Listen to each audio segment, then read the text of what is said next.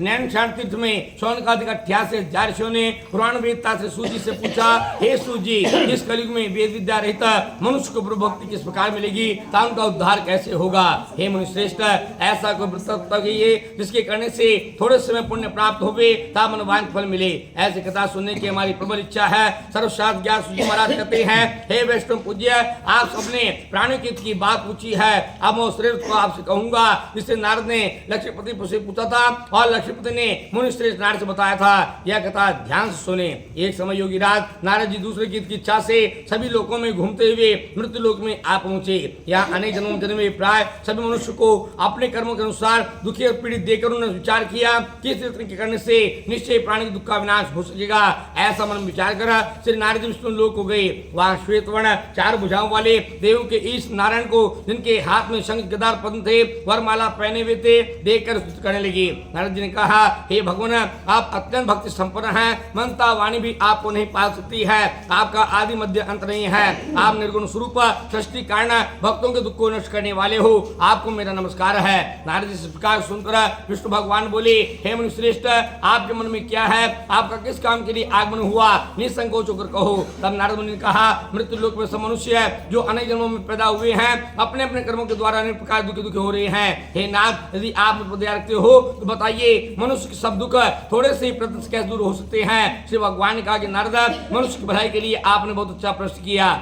जिस व्रत के करने से मनुष्य मानमोह छूट जाता है, वह व्रत मैं तुमसे कहता हूँ, सुनो। बहुत पुण्य देने वाला, स्वर्गता में लोक में दुर्लभ है, एक उत्तम व्रत है जो मैं आज प्रेम वश होकर आपसे कहता हूँ। भगवान सत्यनारायण यह व्रत विधि विधान पूर्वक संपन्न करके मनुष्य इस धरती का सुख भोकर मरने पर मोक्ष को प्राप्त होता है। श्री भगवान को सुनकर नारद मुनि बोले, हे भगवान, का क्या फल है, क्या विधान है, किस दिन करना चाहिए, यह कृपा करके मुझे बताइए। भगवान विष्णु ने कहा, नारद, दुख शोक आदि को दूर करने वाला, सब व्रत स्थान पर विजय दिलाने वाला है। भक्ति और श्रद्धा के साथ किसी भी मनुष्य भगवान की संध्या के समय ब्राह्मण और बंधुओं के साथ धर्म प्राण होकर पूजा करें। भक्ति भाव से नैवेद्य केले का फल, शहद, घी, शक्कर अथवा गुड़, दूध, गेहूं का आटा, सवाए लेवे, इन सबको भक्ति भाव से भगवान को अर्पित कर बंधु बांधव सहित ब्राह्मण को भोज करावे। इसके पश्चात स्वयं भोजन करे, रात्रि में नृत्य गीत आदि का आयोजन करके भगवान को स्मरण करता हुआ समय व्यतीत करे। इस तरह जो मनुष्य व्रत करेंगे उनका मनोरथ निश्चय पूर्ण होगा। विशेष रूप से कलिकाल में मृत्यु लोक में यह उपाय है जिससे अल्प समय और धन में महापुण्य फल प्राप्त होता है।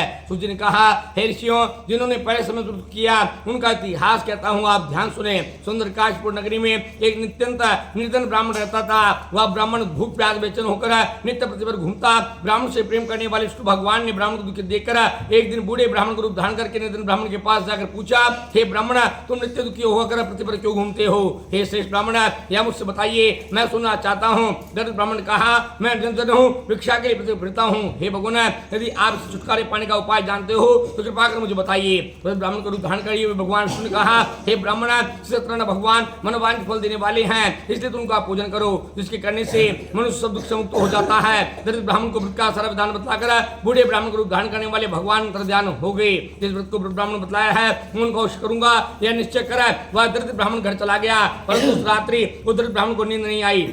वह अगले दिन जल्दी उठा और भगवान को व्रत करने का निश्चय कर भिक्षा के चल दिया। उस दिन उसको भिक्षा में बहुत धन मिला, जिससे पूजा का सामान खरीदा और घर आकर अपने बंधु बांधव के साथ भगवान का व्रत किया। इससे वह दरिद्र ब्राह्मण सब दुख से छूटकर अनेक प्रकार से मुक्त हो गया। उस समय ब्राह्मण हर महीने व्रत करने लगा। भगवान के व्रत को जो विधि पूर्वक और श्रद्धा पूर्वक करेगा वह सब पाप मुक्त होकर मोक्ष को प्राप्त होगा। आगे जो मनुष्य भगवान का व्रत करेगा वह सबसे दुख छूट जाएगा। इस तरह से नारद सत्यनारायण भगवान का हुआ व्रत मैंने तुमसे कहा। हे ब्राह्मणों, अब आप और क्या सुनना चाहते हो मुझे बताइए। कहा, हे मनुष्य, संसार ब्राह्मण सुनकर किस ने व्रत को किया हम सब सुनना चाहते हैं, इसके लिए हमारे मन में श्रद्धा है। फिर सूर्य ने कहा, मुनियों, जिस प्राणी ने इस व्रत को किया उन सब की कथा सुनो। एक समय ब्राह्मण धन ऐश्वर्य के अनुसार बंधु बांधव के साथ अपने घर पर व्रत कर रहा था। उस समय एक लकड़ी बेचने वाला बूढ़ा आदमी वहां आया। उसने सिर पर रखा हुआ लकड़ियों का गट्ठर बाहर रख दिया। ब्राह्मण के मकान में चला गया। प्यास ने व्रत को व्रत करता हुआ देखा। वह प्यास को भूल गया और उसने ब्राह्मण को नमस्कार कर पूछा कि ब्राह्मण, यह आप किसका पूजन कर रही हैं, इसके करने से क्या फल मिलता है, कृपया मुझसे बताइए। ब्राह्मण ने कहा, सब मनोकामना को पूरा करने वाला यह भगवान शरण का व्रत है, इन कृपा से मेरी धन धान्य की वृद्धि हुई है। ब्राह्मण के बारे में जानकर लकड़हारा बड़ा प्रसन्न हुआ और भगवान के चरण मत लेकर और भोजन करने के बाद अपने घर को चला गया। अगले दिन लकड़हारे ने अपने मन में संकल्प किया कि आज गांव में लकड़ी बेचने तो मिलेगा, भगवान को तो व्रत करूंगा। यह मन में विचार कर लकड़हारा लकड़ियों के अपने सिर पर रखकर जिस नगर में धनवान लोग रहते थे ऐसे नगर में गया। उस दिन उस लकड़ियों का दाम पहले से चौगुना मिला। तब बूढ़ा लकड़हारा अति प्रसन्न होकर पक्के केले की फली, शहद, दूध, दही और गेहूं का चूर्ण इत्यादि लेकर भगवान सामग्री लेकर अपने घर गया। फिर उसने बंधु बांधव को बुलाकर विधि विधान के साथ भगवान के पूजन और व्रत किया। उस व्रत के प्रभाव से वह बूढ़ा लकड़हारा धन पुत्रायित हुआ और संसार से सुख भोगकर वैकुंठ धाम को चला गया। सूर्य ने कहा, हे श्रेष्ठ मुनियों, अब आगे कथा कहता हूँ सुनो। पूर्व काल में उल्कामुख नाम का एक महाबुद्धिमान राजा था। वह सत्यवक्ता जितेंद्र था। प्रतिदिन देवस्थान पर जाता, गरीबों को धन देकर उनके कष्ट दूर करता था। उसकी पत्नी कमल के समान मुख वाली सती साधु थी। भद्रशिला नदी के तट पर दोनों ने भगवान का व्रत किया। उस समय वहां साधु नाम का एक वैश्य आया। उसके पास व्यापार के लिए बहुत धन था। वह वैश्य नाव के किनारे पर टहराकर राजा के पास गया। राजा को कथा देखकर विनय के साथ पूछा, राजन भक्त सब क्या कर रहे हैं, मेरी सुनने की इच्छा है, कृपया मुझे बताइए। महाराज उल्कामुख ने कहा, हे साधु वैश्य, मैं अपने बंधु बांधव साथ पुत्रादि की प्राप्ति के लिए मास शरण भगवान का पूजन कर रहा हूँ। राजा को सुनकर साधु नाम को वैश्य ने आदर से पूछा, हे राजना, मुझे भी इसका विधान बताइए, मैं भी आपके अनुसार करूंगा। मेरे भी कोई संतान नहीं है और मुझे पता है इससे सही संतान होगी। राजा से विधान सुनकर व्यापार निवृत्त होकर वह वैश्य आनंद के साथ अपने घर गया। वैश्य ने अपने संतान देने वाले व्रत का समाचार सुनाया और प्रण किया, जब मेरी संतान होगी मृत्यु करूंगा। साधु ने वचन अपनी पत्नी लीलावती से कहे। एक दिन उसकी पत्नी लीलावती आनंदित होकर सांसद होकर भगवान के पास गर्भवती हो गई। 10 में सुंदर कन्या का जन्म दिया। दिनों दिन वस्त्र बढ़ने लगी, जैसे शुक्ल पक्ष चंद्रमा बढ़ता है। कन्या का नाम कलावती रखा गया। तब लीलावती ने मीठे शब्दों में अपने पति को याद दिलाया कि आपने तो भगवान को व्रत करने का संकल्प किया था, अब आप उसे पूरा कीजिए। साधु ने कहा, प्रिय, मैं इसके विवाह पर करूंगा। इस प्रकार अपनी पत्नी को आश्वासन देकर व्यापार चला गया। कलावती पुत्र मृत्यु को प्राप्त हो गई। लौटने पर साधु ने जब नगर में सुखियों के साथ अपने पुत्र को खेलते देखा तो दूध को बुलाकर कहा कि उसके लिए कोई सुइयों के वर देखकर लाओ। साधु नाम के वैश्य आगे पाकर दूध कंचन नगर पहुंचा और खोज देखभाल कर वैश्य की लड़की के लिए एक सुइयों के वणिक पुत्र को ले आया। वो लड़की को देखकर साधु नाम के वैश्य ने अपने बंधु बांधव से प्रसन्न होकर अपनी पुत्री का विवाह साथ कर दिया। दुर्भाग्य से विवाह के समय व्रत करना भूल गया। इस भगवान को हो गए और वैश्य को श्राप दिया कि तुम्हें दारुण दूध प्राप्त होगा। अपने कार्य कुशल साधु नाम के वैश्य अपने जवाई सहित नाव को लेकर व्यापार करने के लिए समुद्र के समीप स्थित रत्नसार नगर में गया। दोनों ससुर जवाई राजा चंद्र के राज्य में व्यापार करने लगे। एक दिन भगवान की माया से प्रेरित चोर राजा का धन चुरा कर भागा जा रहा था। राजा के दूतों को आता देखकर चोर ने घबराकर भागते हुए धन को वहीं रख दिया जहाँ ससुर जवाई ठहरे हुए थे और भाग गया। जब दूतों ने साधु वैश्य के पास राजा के धन को देखा तो ससुर जवाई को बांध कर ले गए और राजा के पास जाकर बोले, हम 2 चोर पकड़ कर लाए हैं, देकर आज्ञा दे। तब राजा ने बिना उनकी बात सुने कारागार में डालने की आज्ञा दी। इस प्रकार राजा की आज्ञा से उनको कठिन कारावास में डाल दिया गया तथा उनका धन छीन लिया गया। भगवान श्राप कांड साधु वैश्य की पत्नी लीलावती व पुत्री कलावती भी घर पर दुखी हुई। उनके घर पर जो धन था चोर चुरा कर ले गए। शारीरिक मानसिक पीड़ा भूख प्राप्त होकर भोजन की चिंता में कलावती कन्या एक ब्राह्मण के घर गई। उसने ब्राह्मण को भगवान का व्रत करते हुए देखा। उसने कथा सुनी, प्रसाद ग्रहण कर रात घर आई। माता ने कलावती से पूछा, पुत्री, अब तक कहा रही तेरे मन में क्या है? कलावती ने कहा कि माता, मैंने एक ब्राह्मण का भगवान का व्रत करते हुए देखा है। कन्या को सुनकर लीलावती ने भगवान के पूजन की तैयारी करी और अपने परिवार बंधु सहित भगवान का पूजन कर व्रत किया और वर मांगा कि मेरे पति दामाद शीघ्र लौट आवे। साथ ही प्रार्थना कि हम सबका अपराध क्षमा करो। भगवान पर संतुष्ट हो गए। राजा चंद्र केतु को स्वप्न में दर्शन देकर कहा, राजना, दोनों को वैश्य को छोड़ दो, वे निर्दोष है, उन्हें प्रातः ही छोड़ दो। उनका धन लिया है दे दो, नहीं तो मैं तेरा धन राज्य पुत्रादि नष्ट कर दूंगा। राजा से ऐसा वचन कहकर भगवान अंतर्ध्यान हो गए। प्रातःकाल राजा चंद्र केतु ने सभा में अपना स्वप्न सुनाया, सैनिकों को आगे दी। दोनों वणिक पुत्रों को कैसे मुक्त कर सभा में लाया गया। दोनों ने आते राजा को प्रणाम किया। राजा ने कोमल वचन में कहा, हे महानुभावों, तुम्हें भाईवश ऐसा कठिन दुख प्राप्त हुआ है, अब तुम्हें कोई भय नहीं तो मुक्त हो। ऐसा कहकर राजा ने नए वस्त्राभूषण पहनाए, जितना धन लिया था उससे दूना धन देकर आदर से विदा किया।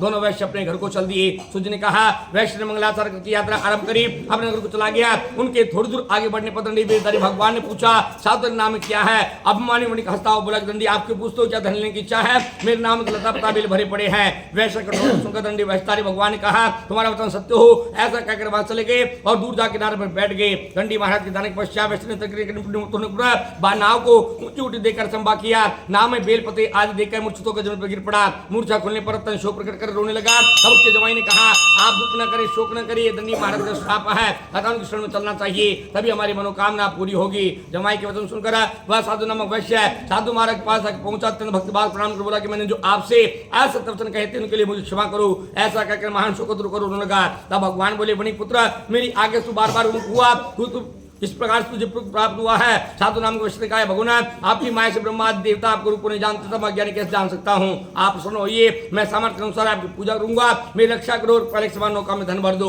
उसके भक्ति को सुनकर भगवान प्रसन्न हो गए और इच्छानुसार वर देकर अंतर ध्यान हो गए। ससुर जमाई दोनों ने नाव पर आकर देखा, नाव धैर्य परिपूर्ण है। फिर वो भगवान का पूजन करा, साधु से नगर को चला गया। जब अपने नगर के पास पहुंचा तो दूत को घर भेजा। दूत ने साधु नाम के वैश्य के जाकर पत्नी को नमस्कार कर कहा कि आपकी पत्नी दामाद सहित नगर के पास आ गई हैं। लीलावती उसकी पत्नी कलावती भगवान का पूजन करी थी। दूत का सुनकर साधु की पत्नी ने बड़े हर्ष के साथ भगवान का पूजन पूर्ण किया और अपने पुत्र से कहा कि मैं अपने पति के संग जाती हूँ, तू कार्य पूर्ण कर शीघ्र आ जाना। परंतु कलावती पूजन और प्रसाद छोड़कर अपने पति के दर्शन को चली गई। प्रसाद की अवकारण भगवान रुष्ट हो गए और उसके पति को नाव से पानी में डुबो दिया। कलावती अपने पति को न देखकर रोती जमीन पर गिर पड़ी। नौका को डूबा हुआ और कन्या को रोता हुआ देखकर साधु राम के वैश्य दुखी होकर बोला कि प्रभु, मुझसे या मेरे परिवार को भूल लिया, उसे क्षमा करो। उसके दिन वचन सुनकर भगवान प्रसन्न हो गए। आकाशवाणी हुई, वैश्य तेरी कन्या में प्रसाद छोड़कर आई है, इसलिए इसका पति आदर्श हुआ है। यदि वह घर जाकर प्रसाद खाकर लौटे तो उसको पति अवश्य मिलेगा।